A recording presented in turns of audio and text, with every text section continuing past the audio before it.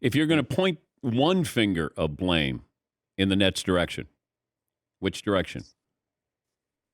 Kyrie for starting all this. I mean, Kyrie's spoken a couple of times during the series about chemistry issues and the inability to develop cohesion with the team.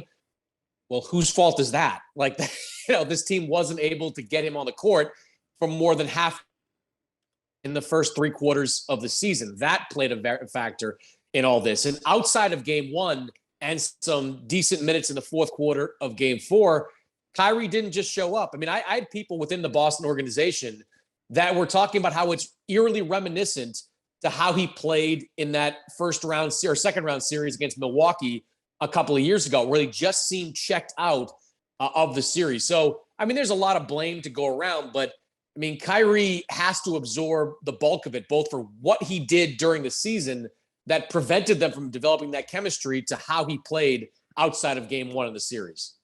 Do you think the Nets are going to give him a max deal? I don't know what choice they have. The Nets would prefer not to, obviously.